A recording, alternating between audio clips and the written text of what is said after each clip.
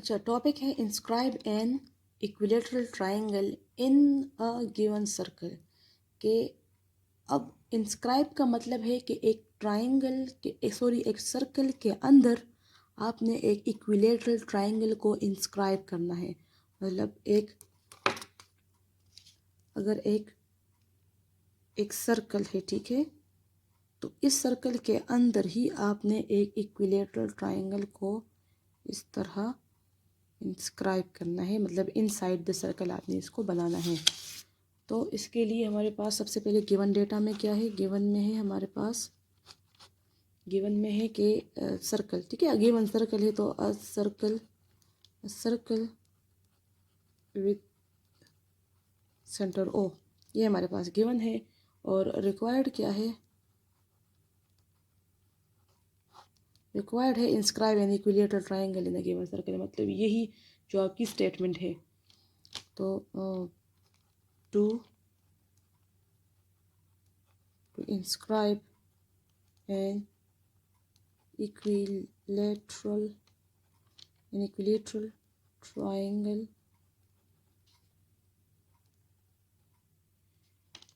in a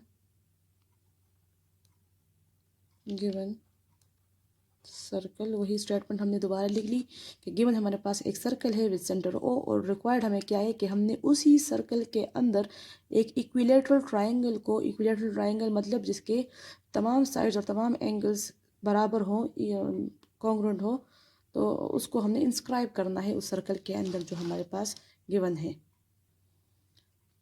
या हम लिखेंगे अपने स्टेप्स ऑफ कंस्ट्रक्शंस, ठीक है।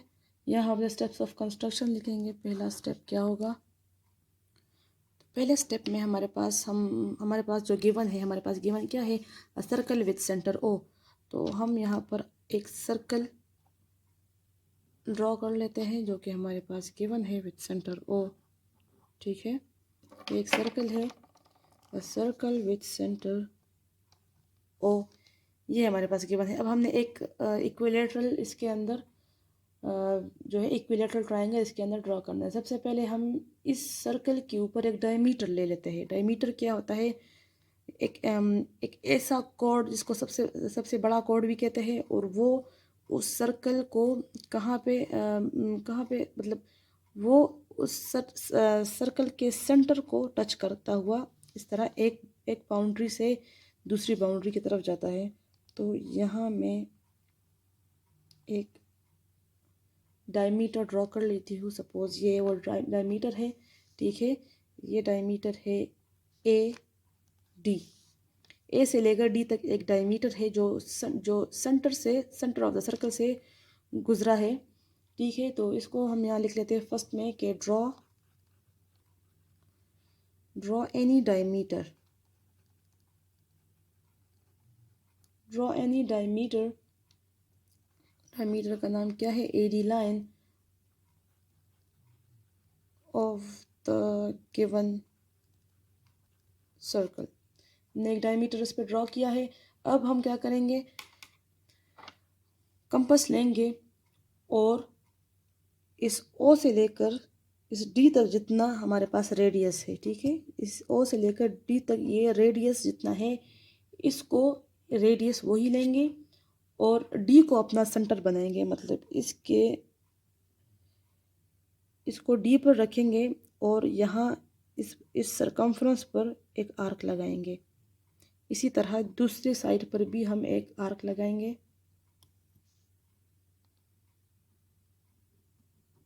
ठीक है। हमने दो आर्क्स लगा लिए।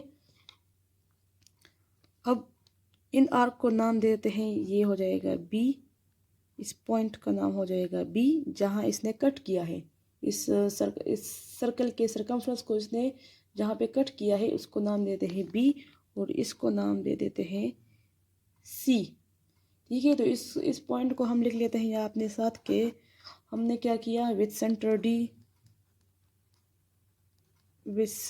डी एंड रेडियस हमने कितने लिया था, रेडियस हमने ओडी जितना लिया था, मेजरमेंट ऑफ ओडी, यहाँ पर मेजरमेंट ऑफ ओडी हमने रेडियस लिया था। draw two arcs. Draw two arcs which cuts, sorry, cut, which cut the given circle at what point? At BC. B and C. ठीक है, बी एंड सी पर इसने cut किया।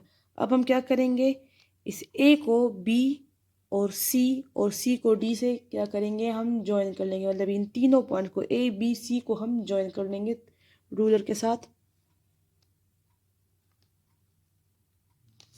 ये हमने ज्वाइन किया। अब इसको हम ए के साथ ज्वाइन कर लेते हैं और इसको हम बी के साथ भी ज्वाइन कर लेते हैं।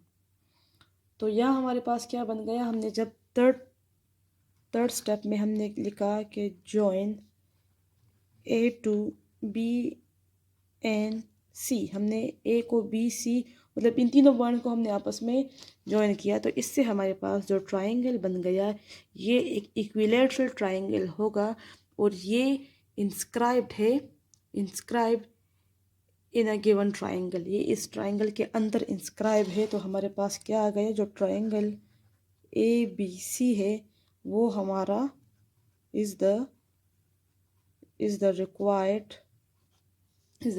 equilateral triangle.